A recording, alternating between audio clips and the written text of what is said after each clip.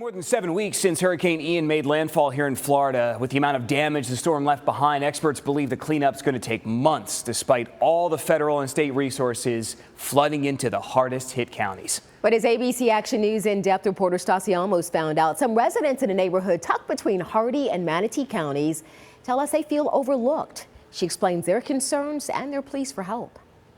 A month and a half after Hurricane Ian, it's quiet in rural Myakka City, known as the Myakka Head. It's land off Highway 64 just before the Hardee County line, where American flags blow in the wind, livestock graze the fields, and some residents say they feel forgotten. There's still a lot of people that need help, older people. They have trees in their yards down that they can't do and they can't pay to have them removed because they can't afford it. Pamela Boyd drove her neighbor 45 minutes to find help at what is now the nearest FEMA disaster recovery center in Bradenton. I have a lady that's 82. She has cancer, and I've known her for a while.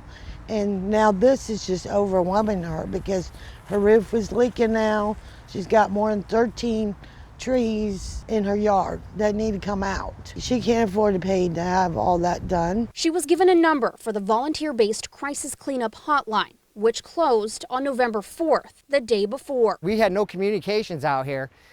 Sprint and T-Mobile is still down. Garrett Ramey, You can see I had a tree hit the house. still has trees and a power line down in his yard. I have damage to the roof of the house, damage to the barn. We're looking at approximately $100,000 in real estate damage, and then about $20,000 in personal property loss. Ramey's insurance company tarped the roof of his home and his barn, but he says many residents here can't afford insurance. My neighbor right over here, he lost a lot. His roof's leaking also. He doesn't have homeowner's insurance. He's on a very limited income. Ramey tells me he has questions that weren't answered at a county community meeting at the beginning of November. For example, the Army Corps of Engineers roof program was not available to us. Also, the governor's $5 million program that was going to help homeowners be relieved from their insurance deductibles, that was not available in Manatee County also. On top of the damages, Manatee County notified Myakka residents on October 13th that the Department of Health found a substantial number of private wells in the area were contaminated from the floodwaters. They opened a free water distribution, shower, and laundry site at the Myakka Community Center, also offering free testing through DOH. They need some crews that are volunteering or some kind of assistance to help the people because they're getting depressed.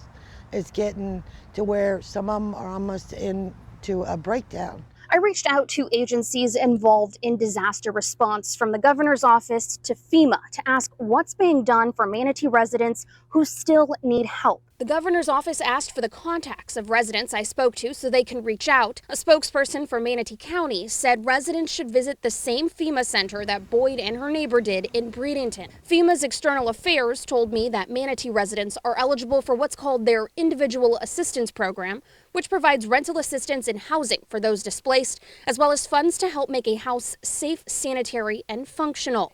I also spoke with the director of Florida's Division of Emergency Management, who said it may come down to volunteer organizations. The best recourse at this point in time, I would tell individuals, is contact your insurance company. If your insurance company does not cover it, then reach out to your local emergency management agency so that they can work with local nonprofits inside of Manatee County and maybe inside the region to assist you. We're not looking for a handout from the government, but what we are looking for is acknowledgement. In Myakka City, I'm in-depth reporter Stassi Olmos, taking action for you.